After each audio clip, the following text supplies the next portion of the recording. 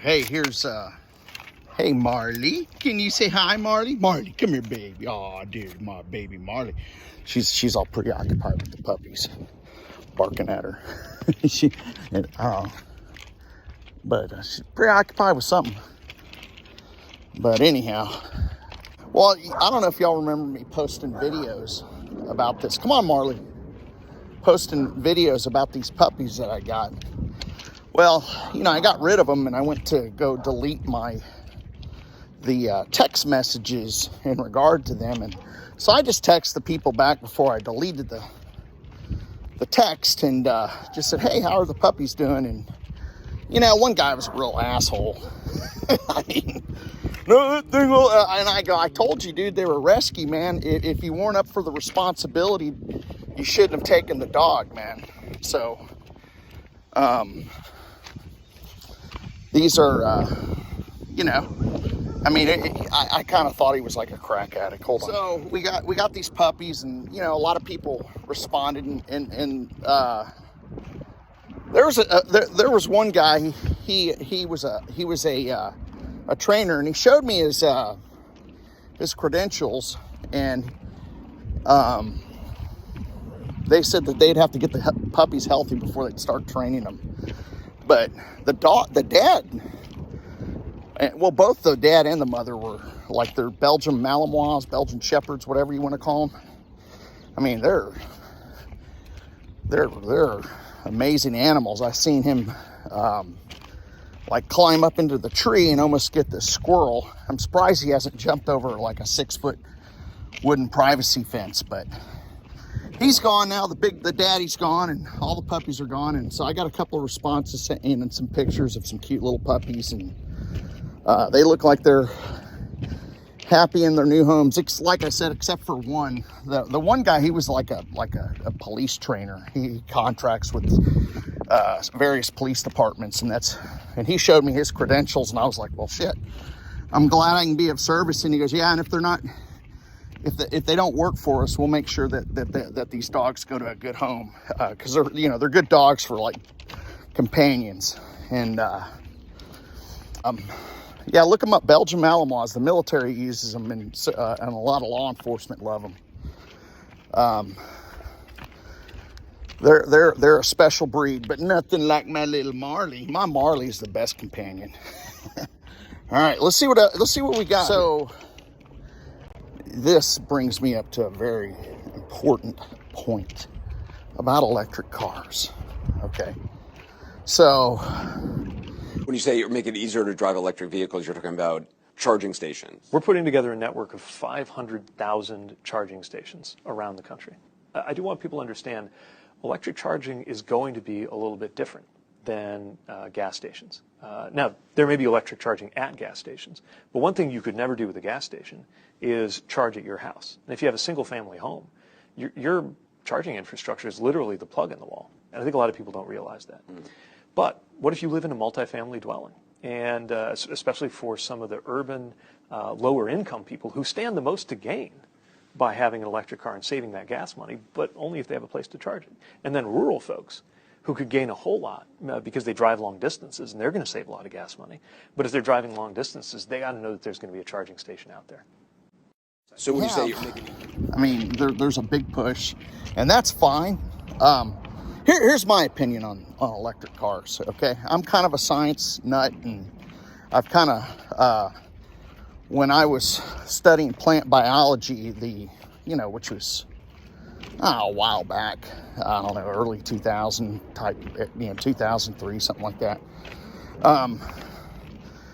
The solar deal was, kind of, the solar technology was kind of, I don't know, I don't want to say infantile, but it needed to be developed more. The whole objective of solar panels and trapping solar radiation is that you're looking at a plant leaf, which is a huge solar panel, and you're trying to replicate what goes on in the plant leaf in a solar panel. Well, that was one train of thought. I don't know if that's the current train of thought. But, we studied the implications of the solar power. And,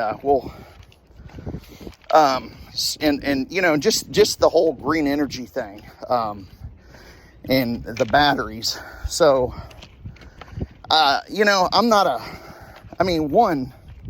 lithium mining is as intrusive, if not more, than like doing any kind of natural energy, you know, like drilling, you know. So, I mean, the lithium to use the better kind of batteries as opposed to, what is it, lead acid. I mean, lead acid is just junk. I mean, it makes a cheap battery. The technology's been around for a while, and so, you know, that's great. It needs to be improved on. Now, lithium is I think it's an acid-based battery. I haven't really researched it, but it's a more efficient battery, okay?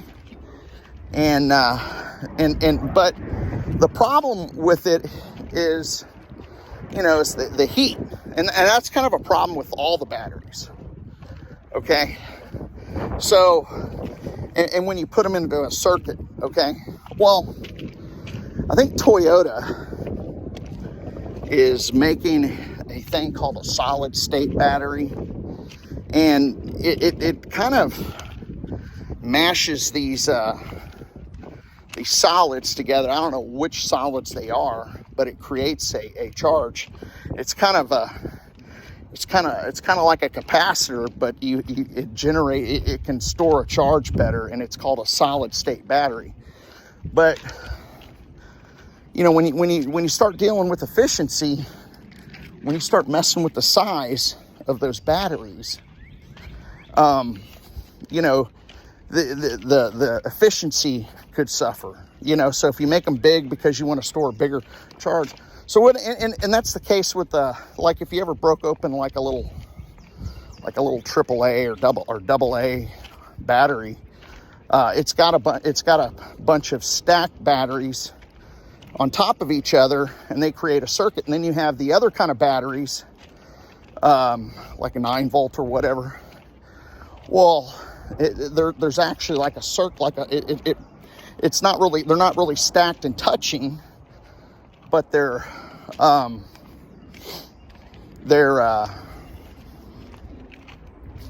like a circuit. And you know, whenever you make that circuit, you create heat. And that's what the deal is in with these cars and these lithium batteries. You can't just make this huge battery. You got to make a bunch of tiny ones, and then you put them in a circuit. Well, then you have to worry about heat and explosion and stuff like that. And that the solid state battery is going to be a lighter battery. It's going to be a more efficient battery. But then you have the same problem, is that you have to stack these things in a series. And, you know, and you're going to generate more heat than you would, you know, trying to, you know, keep this car charged. I think the best alternative for this electric vehicle for now, if you want to get people into electric cars, you need to market commuter cars, right? And keep the gas for now. And the commuters is because, you know, everyone likes these big, heavy cars. And when you have big and heavy, that means you're utilizing more energy to push a bigger, heavier car, right? So, like you can get, like the little battery on my electric bike, I can get, you know, if I keep it around 20 miles an hour, I can get like 40 miles out of it easily, close to 40, and the battery's small, okay? So, I know, so like I've done some research on this, and the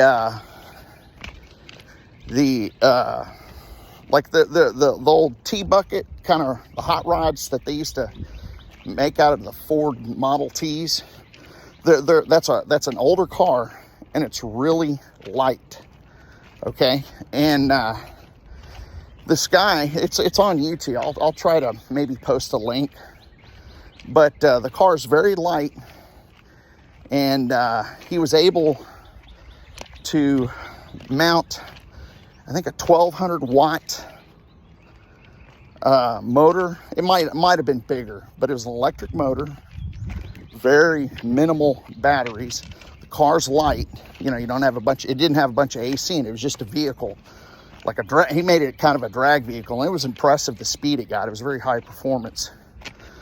So, but essentially it was twice the size, maybe 3 times the size of the electric motor I have on my bike, on my bicycle. That was turning this car that you could have probably fit 3 people or 4 people. I think that's what the T-Buckets can. They can fit 4 people. So there's the proven.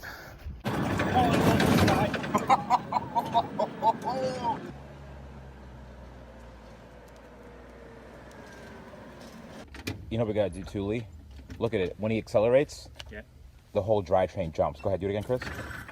That's first. That's first, so right next. That's first, right next to the So reverse. where is his transmission mount? There is none. This is first, back is second, third was up. First, second, third. It was going pretty good, even in second, it It felt. goes pretty good in second, but it accelerates way better in first. Okay. That's when you tell you. He almost roasted it. Absolutely.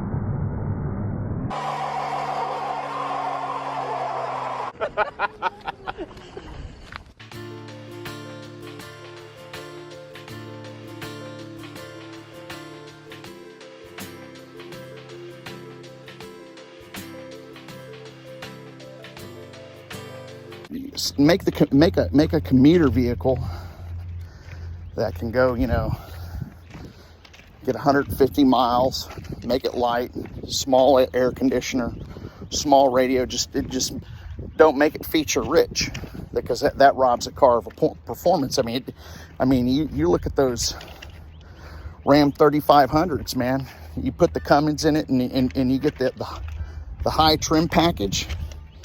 That thing can't tow as much. So, I mean, that's just common sense. But that does my rant up with about Pete Buttigieg wanting to. So they got those electric cars, and you should be able to, you know, in commuter vehicle, be great. You can charge it at home, right? So, but they're trying to put charging stations throughout the whole United States. And so they're looking, the next jump will be, their objective is to put 500,000 charging stations across the United States. And I don't know, man. That's kind of it could be possible, but I don't think that's enough. I mean, you're going to at least need as many gas stations. I mean, maybe someone can Google how many gas stations are across the United States, and it's going to be a lot more than 500,000. And you know, comment below how much it is. All right. So that's the objective.